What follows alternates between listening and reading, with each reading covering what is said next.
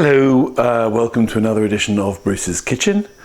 I'm Bruce, this is my kitchen, and basically today we're talking about barbecue sauce, which I always make myself. People seem to like it, so I'm happy to do it. Also, it makes a great little present as well. If somebody's going around to somebody's for dinner and you go, here's a jar of barbecue sauce, that's always fun to do. So basically there are two key ingredients to a sauce, to any barbecue sauce, which is something sweet and something sour. It's not a sweet and sour sauce, because there are other things that go in it, but the basis of a barbecue sauce is something sweet and something sour. Because it's close to Christmas, I'm going to make a Christmassy barbecue sauce. So I'll show you where we get different stuff in a minute. So as I said, something sweet, something sour, malt vinegar and demerara sugar here. You also need something tomatoey, so something like a passata, or if you can be asked, you can blanch and peel your own tomatoes, and you can get a tin of tomatoes and boil them down. Frankly, the easiest way to do this is just to get a jar or a bottle of Heinz tomato ketchup, or any tomato ketchup really. It's just easier to do it that way. Now we talked about something sweet and something sour, and as it's Christmas, I do have a secret ingredient for this sauce, which I'll come to in a minute. But what I'm going to do is replace some of the sugar, in fact quite a lot of the sugar, with something sweet and Christmassy. So I thought I would do a cranberry sauce. So basically it's going to be vinegar, cranberry sauce, tomato ketchup, and then I'm going to have to make it barbecuey. So to make it barbecuey, you need something spicy. Now I use various different spices and stuff, including sweet chili dipping sauce. I also usually put in some Chinese 5-spice, which I find very useful to do, and usually some crushed chilies or something like that, just to make it nice and spicy. But as it's Christmas, I'm going for also putting in some cloves, some nutmeg, and of course some cinnamon, and then of course there'll be salt and pepper on top of that. Now my secret ingredient, I talked about a secret ingredient that I use. Now what I tend to do when I'm making barbecue sauce, I use it as an excuse to use stuff up. So if I've got like a half empty or a 3/4 empty tub of salsa, or even a quarter of a pot of jam or something like that. I mean, jam is great. Jam is basically sugar and fruit, so it works perfectly well in a barbecue sauce. What else have I put in there? I've put in like the remains of Chinese sauces can go in there, or Thai sauces or Korean sauces. Any kind of oriental sauce is always quite nice. And it doesn't matter if it's not the same every time. It's quite nice if there's a mixture of stuff. So today's secret ingredient, ladies and gentlemen, is this one, which is basically it's a mixture of. Let's have a think what's in there. There's obviously a little bit of salsa, which I've zhuzhed up in some vinegar. There's the vinegar I used actually was some vinegar that was left over from a jar of pickles that I had. So I've put pickled vinegar in there as well. And what else is in there? Oh, there's just a little bit of jam, a little bit of bits and bobs. But basically it's just a delicious smelling, lovely tasting mixture of stuff that was left over at the end of the day. So that's how you start. Now, you might think that making barbecue sauce is really difficult, and it really, really, really, really isn't. I mean, this is about cooking for amateurs. And if you want to make a barbecue sauce, the only difficult bit is knowing when to stop cooking it. So let's first of all start by combining all of these things together in a pot. Okay, so this is the pot I'm going to use today. It's an Anelon Raymond Blanc thing. But basically the reason why I like, sometimes people will say, oh, what saucepan shall I get? It's bizarre, but people do ask me. What I tend to go for is I like a nice thick saucepan, but I don't like a nice heavy one. So my favorite saucepans are cast aluminium ones. So this is a really, really light saucepan, but it's nice and thick. It's got a good thick piece of metal in there. So that's what I would use, ideally. So basically what we need to do is just get all of this stuff out of the jars. So let's start. The easiest thing to do is actually not to start with the vinegar. You think it would be the easiest thing to start with, but it isn't, and I'll show you why in a minute. It's quite, I mean, when you know, it's quite straightforward really. So let's put some cranberry. I'm going to use I'm going to use all of these cranberry sauce. I could always buy some more for the turkey or whatever. There we go. There's one. I can use these jars afterwards to put the barbecue sauce back in, which is really nice. Another one. I like these lids actually. They're rather nice. They sort of rotate. I don't know if you can see that. The lid sort of rotates around. It's quite nice. It's a silly thing, but life is made of silly things, so why not?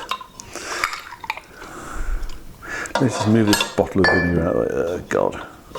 Drop the spoon in. Never mind. Hands are washed as always. There we go. That's the second one, and then we'll put the third one in.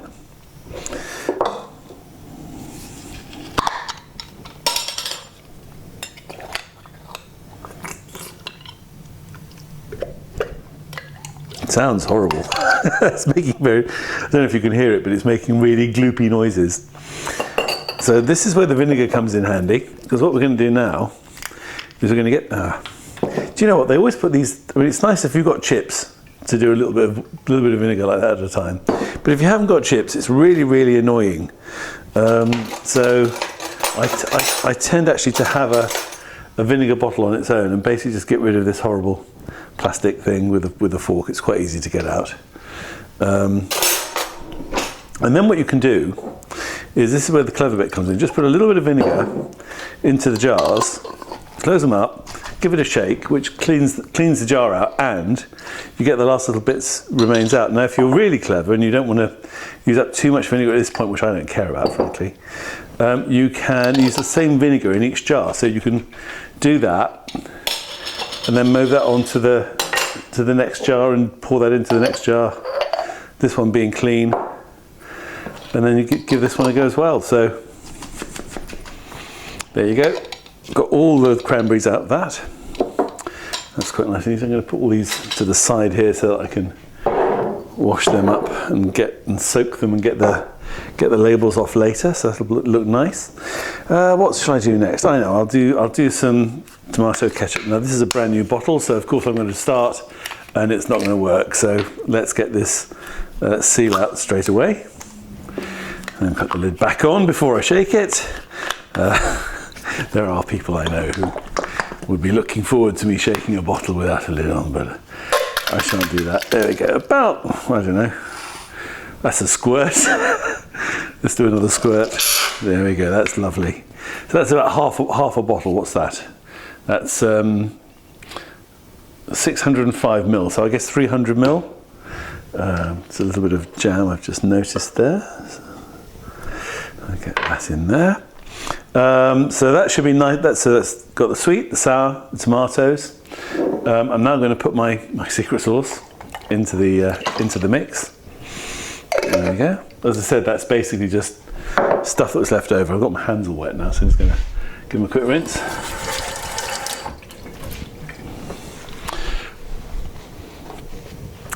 So where are we? There's the lid for that. So now we'll start to make it a little bit hotter. So I'm going to start with a good old dollop of sweet chili dipping sauce. Again, it doesn't, frankly, the amounts of stuff that you put in doesn't really matter. You can put in as much or as little as everything you want, except for this. Now these are the crushed chilies, and really, really, really, I mean, ideally don't touch them with your hands because they're quite spicy. So I would basically put in like a teaspoonful, something like that, and put them in. Give it a good rinse. There we go. So I've not got chili on my hands, which can be unfortunate if you touch anything tender or delicate later on. What should we do now? Let's wait until the last minute before we put all the Christmassy stuff in. So I've got some cloves here. I'm just going to put I apologise, Chinese 5 spice. I'm going to put about a teaspoonful in there. Don't worry about me just shaking stuff out. It doesn't matter if it's 2/3 of a teaspoonful or a teaspoonful and a half. It just makes a slight difference. It's not that kind of cooking. Now I haven't used this cinnamon. You know how you get spices that are left in your cupboard for donkey's years, and you go, oh, I know, I could use a bit of cinnamon. Well, I've got cinnamon sticks for things like mulled. I'm dropping everything today. Mulled wine and stuff like that. But for this kind of thing, that's probably, yeah, I would say that's probably enough. Touch more. There you go. So again, about a teaspoonful. Nutmeg. I think this is God knows how long this one's hanging around for. I tend to use it with roasts actually. Nutmeg's quite nice with a roast. So about half a teaspoonful of nutmeg. Cloves, well, see the trouble with cloves, I was debating whether or not to put cloves in, because although they're very, very Christmassy, if you put them in a barbecue sauce, they will crunch or break your teeth if you hit them. But sod it, let's go for it. Let's put some cloves in. I will try and pick them out when it's cooked, but if I can't, I can't, and it's not the end of the world. So basically, that's your preparation, and that's what it looks like. It's just a mess. And all I'm going to do now is put it on the hob. And the point is that there will come a time when this turns into a delicious barbecue sauce. And it'll be a delicious barbecue sauce for about 3 or 4 minutes. And then it'll be a burnt mess. And before it's a burnt mess, it'll just be an uncooked, horrible mishmash of stuff. And that's where the difficulty comes. And it's so hard to teach people how to know when it's ready. But I'll see if I can on this recording, and see if I can actually make it obvious as to when it will be ready. So let's go and put it on the hob. So here we go. It's on the hob. I would normally put the extractor fan on, but it's going to interfere with the noise of my noise in the microphone. So I'm basically just going to turn it on. Handle not facing over the front, obviously, because we don't want to knock over some boiling hot, basically what is effectively going to be napalm. That would really be a bad idea to do that. So again, this is already smelling absolutely scrummy, and I haven't even started to cook it yet. So when we get to the point where it's starting to turn into a proper barbecue sauce, we're going to really have a good time. It's going to make the entire my whole home smell of a wonderful Christmassy barbecue sauce, which hopefully nobody's going to get annoyed about. There you go. So I'll put that there, and we'll let that come to the boil.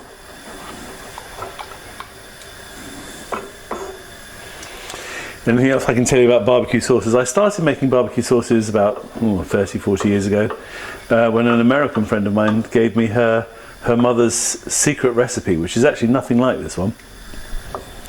Again, started with vinegar and sugar, because all as you now know, all barbecue sauces start that way.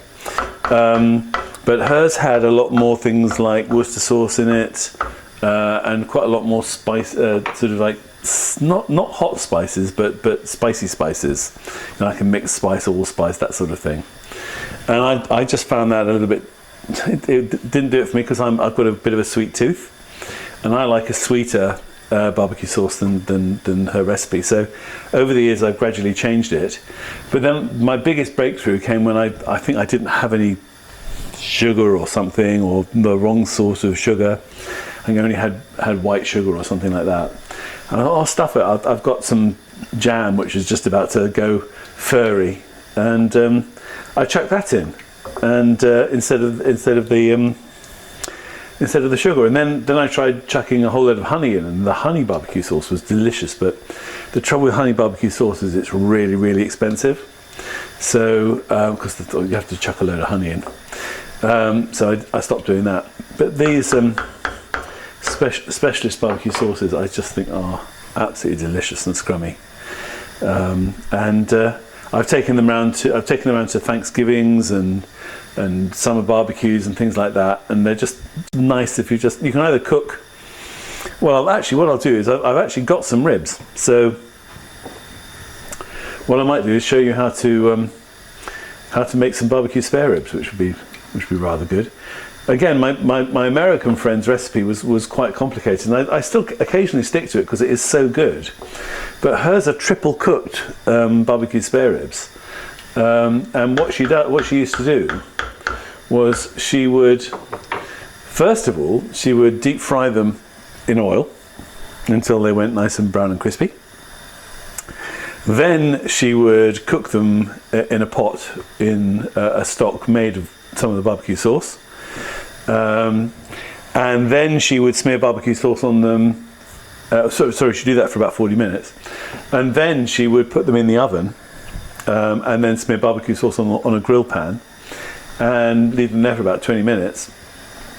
And they would become really, I mean, those just fall to pieces in your mouth. I mean, even the bone just falls to pieces. It's just a wonderful taste and a wonderful texture. It's just so nice.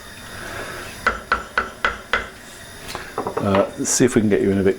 Well, I don't know whether you really need to get any closer. It's just again, it's a shame it's not smell-o-vision. It just smells absolutely lovely, and Christmassy, which was the point of the exercise. So that's really good. I like using wooden spoons. I like using really solid, thick, decent wooden spoons because I find that if you use a thin wooden spoon, because I use lots of pressure, and especially when I'm cooking like really fast, and especially with meat, I just crack them and they just break in half and they become sticks for the dog, or firewood or whatever. Whereas these really good solid thick ones. The only other thing that I do use, which I also love, are these silicone things, which are great for getting, you know, if you've got lots of stuff at the edge and at the sides, especially with a sauce like this, where it will reduce and you will get stuff sticking to the edges. These are wonderful for getting all those really nice sort of spicy herby bits. Now I haven't yet put any salt and pepper in this. The reason I haven't is because I don't think it's going to need it. I've just smelt it, and I will taste it in a minute, but I honestly don't think it's going to need it.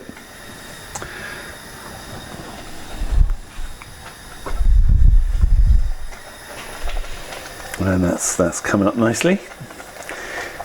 And what you want this to do is to reduce. I mean, if I look at it now, it's actually not a bad texture. But I think probably about 20 minutes, and it'll just reduce down enough so that doesn't feel quite like. At the moment, it's a bit like a sort of a thickish soup. Like I guess like a Heinz tomato soup or something like that. It's that kind of texture, and I just want it a little bit thicker than that. I want it down to more like a thick potato soup. You know, the way it kind of stirs and then stops. Whereas this one, if I stir it, it'll keep going a little bit. A potato soup, if you stir it, it'll just go and just stop straight away. But this is actually, I have to say, this was a bloody good idea. This is a really delicious smelling sauce. So I do actually put a lid on it, and the reason why is because my cleaner hates it if I don't. And that's because this will start to spit. And when it spits, it goes all over the hob, all over the worktop, all over the back, goes everywhere. So just by taking it a little bit easy, I'm just going to make sure that I don't get into trouble with my cleaner. So that's why the lid. And I'm going to obviously don't put the lid on full. You put the lid on so that there's enough, so that it protects me from being beaten up by my cleaner, but lets the steam out because you want it to reduce. And that's it. I'll leave it like that for about 20 minutes, and then we'll come back then and see what it's like. I've got it on a really low light, by the way. I might even move it to a smaller hob so that it's got an even lower light than that.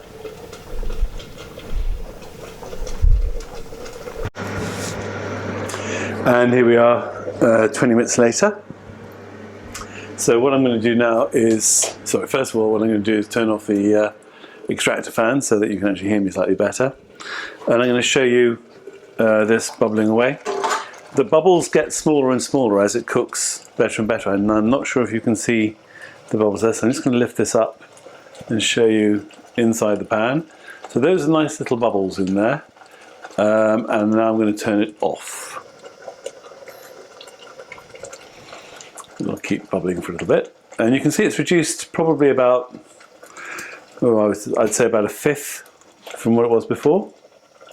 And my cleaner is going to be very happy with me because I don't think I've got any spits and spots anywhere on the hob. So now if we look at it, it's very much it's kind of thickened up into well, I suppose the best way of describing it is a sauce. And it's actually slightly thicker on the bottom. It hasn't burned or anything because I've had it on a very low light. But once that really thick stuff on the bottom is mixed in with the slightly thinner stuff on the top, it's just about right. Can you see it's kind of got that? It kind of moves, but it doesn't move like a water. It moves like a I guess like custard. It's just sort of, it's got that kind of nice movement to it. So that's the perfect thing. Now, I have to say that I have tasted it, and it is absolutely bloody lovely. It is really, really, really nice. It hits you, first of all, it hits you with the sweet stuff, and then after a couple of seconds, you get that nice little bit of heat from the chili. It's not a kind of like a get me a glass of milk sort of heat, but it's just a nice warmth that you want, and it just smells so good. Oh, I just wish you could I really wish you could smell this. It's just so good. So what do we do now? I guess what we do now is let it cool off, and then we're going to put it into the jars that I've got soaking. I also obviously, because I've got lots more in there than there was cranberry sauce. So I've got some spare jars as well that I've been saving for various things actually. One of which is the barbecue sauce. So when I go and visit people over Christmas, I'll be able to give them a nice little present. I'll make up a label myself and pop it on the jars. And there you go. There's an absolutely delicious, seriously delicious barbecue sauce. And I'll just show you. We'll come back to that when it's cooled off a little bit. And you'll see actually, what you'll see is also how much thicker it looks when it's cooler. And here we are back, and yeah, you can see it's got a little skin on it there. And if I give it a bit of a stir, yeah, you can see that it's significantly thicker than it was 20 minutes ago or so. And it's absolutely, it smells so good. It really, really does smell so good. Hasn't made quite as much as I thought it would, because it's reduced down a reasonable amount. But let's go and put it in some jars. So I've got the jars that the cranberry sauce came in, and I'm going to basically decant it using a funnel. And then there you go. There's the 3 jars that we had before. They're all nicely cleaned up now. And just pour some sauce into the funnel. One of the things you'll notice is that you can pour it into the funnel, and you'd imagine that it would sort of just flow, but actually because of the way that water or liquids work, it doesn't. So if you're really, really clever, you can kind of fill up the funnel to about where you think it should be, and then when you're ready to fill up the jar, you just literally just lift up the funnel like that, and hopefully you've judged it right. Otherwise, it runs all down the sides. But if you've judged it right, then you get exactly down to the right amount for the jar, which it's more by luck than judgment, frankly. I've managed to do on this one. So now I've got a nice clean line, or dirty line, if you like, on the top of the funnel. I know how to fill the how deep to fill the funnel. I just put this top on, and then I'll pop the next one in. You'll notice that the quality of the sound has changed now. That's basically because I forgot to turn the microphone on when I was doing this. So apologies for the poor technicianship, but I'm not a sound engineer. I cook. So please forgive me that. And also you'll notice that I splashed a little bit of barbecue sauce on that one, but that's all fine. This one's clean. I think I just popped some on the other one. So let's go for the third jar. We'll just sort of pour it out. Now there's probably quite a bit left in the saucepan, but we'll look at what we can do with that in a minute. So let's just fill this third one. I know it's a bit slow television because we're doing the same thing 3 times. It's a bit dull, but anyway, let's put that funnel somewhere, probably back in the saucepan, just to keep it there, and then put the top back on this one. Give it a bit of a rinse, I think, because there's a little glob of barbecue sauce on the side there. Here we go. Lovely. And just set those down to one side. Now they're warm at this point, so and still runny, obviously, and they will get less runny later on, as you'll see. So where are we now? Well, I suppose I just kind of put them to one side and leave it there. But what I could do is show you how to make some ribs. So let's go and grab some ribs. My intention was always to make spare ribs with this. Also, I've got some ribs there. They come in 2 lengths. You can either get the ones that go the whole length of the pack, or you can get sort of short ones. And I prefer the short ones because I don't know. It's just a matter of preference, really. But remember that they do come in packs of like short ones like this, or extra long ones that they come like double the length. So whatever's good for you. The reason that I like to go for those is that they fit in a saucepan. Now, what I tend to do, I've got a pre-boiled kettle of water here. I just like to. I feel it makes them cleaner. I know it doesn't make any sense at all, and the plastic all sort of shrinks back because of the heat of the water. But it just makes me feel as though the pork is better. And then just I'm going to add a little bit of water to the sauce now, and obviously just rinse out the funnel. Give it a bit of a stir to sort of just get it all homogenized, and then I can pop the ribs back in there. And because it's not a huge saucepan, it's not small, but it's not a big one. The ribs will all fit in really nicely, and just pop them in by hand. There we go. So that's quite nice and easy and straightforward. Like I said, these short ones are really easy to put in a pan. If you've got a long one, you need a much bigger pan, obviously. As I said, I've tasted the sauce, so it doesn't need any salt and pepper, and the pork and the spare ribs is just going to pick up all the flavours from there in a really nice way. So just cover it with a little bit more water because it wasn't quite enough. But again, you don't need to worry with this sauce because it's so flavoursome and so thick that a little bit more water won't harm it at all. And also that water will evaporate as we cook the ribs. So that's absolutely fine. Again, you can use chicken legs or chicken wings with this, which would be absolutely wonderful, and highly recommended.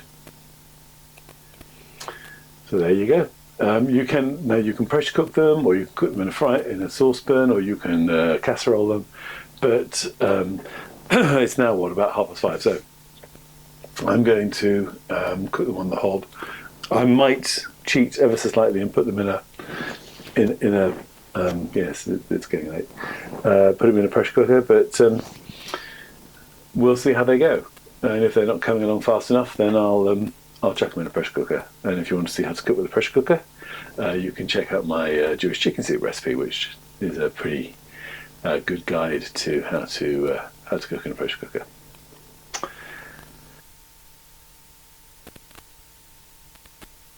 And there we go. There are the 3 pots that we started with the cranberry sauce in. I've taken the labels off now, so they're all nice and clean and clear.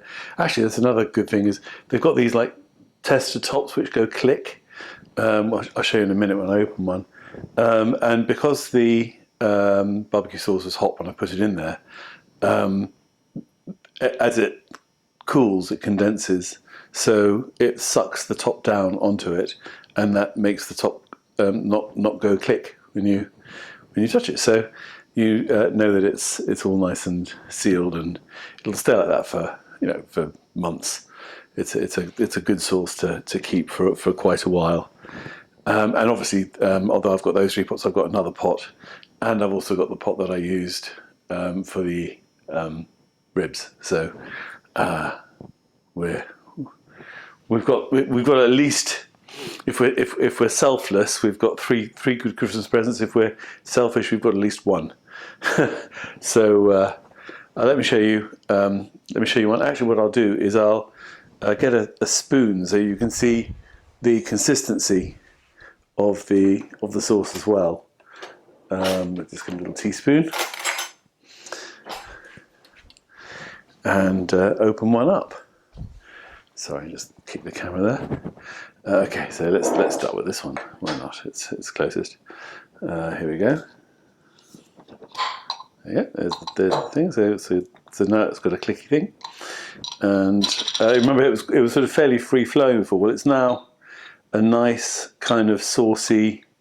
I like there's one of those little buggers. But I'm going to leave it in there because I think it'll just add to the general flavoursomness of it. But it's a nice thick yummy sauce there that'll easily coat chicken or ribs or whatever you want, or fish, whatever you want to use barbecue sauce on. And that one's now mine. Excuse me while I lick the spoon. Now that is a yummy sauce.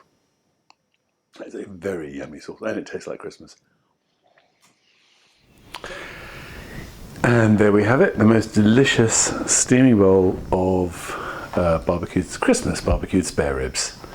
And I have to admit that I've had one, and they are absolutely scrumptious. I hope you enjoyed this. If you'd like me to tell you how to cook anything else, obviously nothing too clever because this is an amateur cookery thing, then please let me know, and I'll be happy to completely ignore you. No, I'll be happy to consider what you would like me to cook. Look forward to cooking something for you next time. Take care. Bye now.